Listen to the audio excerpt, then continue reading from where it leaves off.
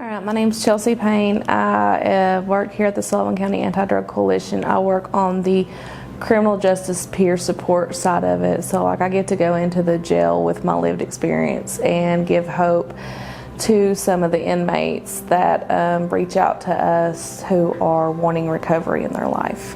My story started March 22nd, 2019.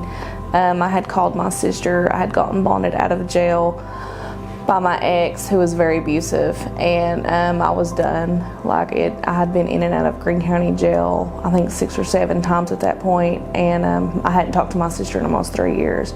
And she come and she picked me up and she dropped me off at the Calm Center in Johnson City, and that's what started it. I hadn't looked back since.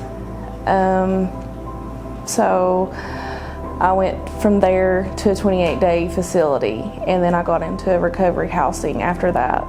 And I have done so much since then. Every Wednesday, my dad would take us to Dollywood, and it was just me and my 2 sisters. I'm the oldest, and my mom never went with us. She suffered from substance use disorder, so she stayed home a lot, but my dad would get us out every Wednesday, and we would go and we would have picnics in the parking lot. At the peak of it, I didn't want my children to bury me as who I was then, because I remember it's how my mom passed away, and she died of an overdose, and I didn't want them to know that that's who I was and remember me that for the rest of their life as that. I had gotten out of jail the second time, and I had this trailer that I had paid off for. We left it in my dad's name, and it was a trailer that I grew up in too.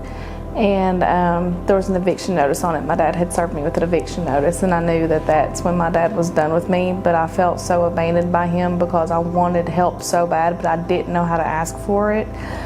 So whenever we went to court about it and I told him I wanted to go to treatment, he wouldn't even talk to me, and we went 2 years without talking. So we don't know how to live.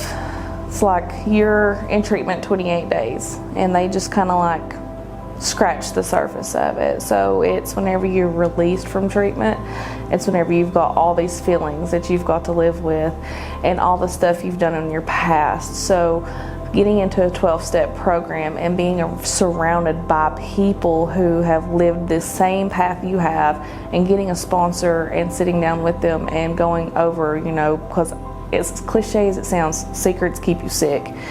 And that's one thing that stuck with me. So it's getting in there, taking all suggestions and just running with it.